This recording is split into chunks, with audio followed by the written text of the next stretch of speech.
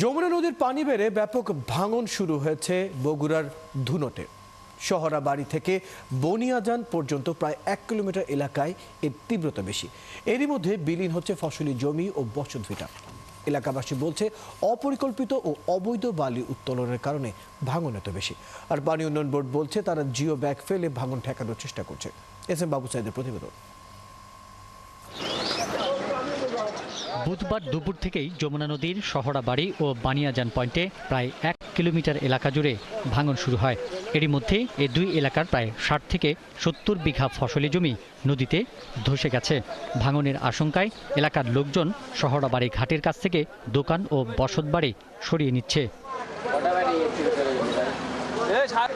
ক্ষতিগ্রস্তদের অভিযোগ, শুধু পানি বৃদ্ধি নয়, নদীতে অবৈধভাবে ড্রেজার বসিয়ে বালু উত্তোলন করায় আকস্মিক এই ভাঙন।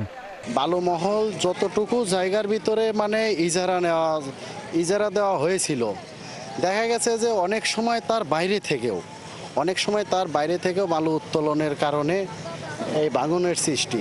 বাঁধের পাশাপাশি অবস্থান থেকে বালু উত্তোলনের ফলে আজকে আকস্মিক ধসের বিষয়টি লক্ষ্য করা যাচ্ছে। মনে করেন এই 10টা-15টার বস্তা মাইরে আর বন্ধ দেয়, পানি উন্নয়ন বোর্ড আর কাজ করে না। এলাকাবাসীর এই অভিযোগের সঙ্গে একাত্ম হয়ে এই ভাঙনের জন্য প্রশাসনের উদাসীনতাকে দায়ী করেন এলাকার রাজনীতিকরাও। সরকারের সিদ্ধান্ত একটাও জনগণের ক্ষতিকর না, কিন্তু প্রশ্ন এখানে গ্যাপলেন্টি আছে। কারণ ওই বালু কেন তুলতে দিল প্রশাসন? কারণ প্রশাসনের নলেজ ছাড়া তো তোলার কথা না। এর জন্য আমার এক কথাই আমি বলতে চাই যে এখানে আমার মনে হয় প্রশাসনের দুর্বলতা ইঙ্গিত বহন করতেছে। আপাতত নাকি বালি তোলা বন্ধ আছে। এখানকার যে বিচার, উনি বেলাল সাহেব নাম, উনি আওয়ামী লীগের সদস্য বেলাল সাহেব। এখন উনি এই সময় 8-10 মাসে কাজের মাধ্যমে বালু তুলেছে না তুলেছে এটা জানি না, তবে ওনার নামই এই বালু মহলটা ইজারা রয়েছে। পানি উন্নয়ন বোর্ড বলছে, সারিয়াকান্দি ও ধুনটে যমুনা নদীর ভাঙনপ্রবণ 9 কিলোমিটার তীর সংরক্ষণে 1750 কোটি টাকা ব্যয়ে একটি প্রকল্প দ্রুত শুরু করা হবে।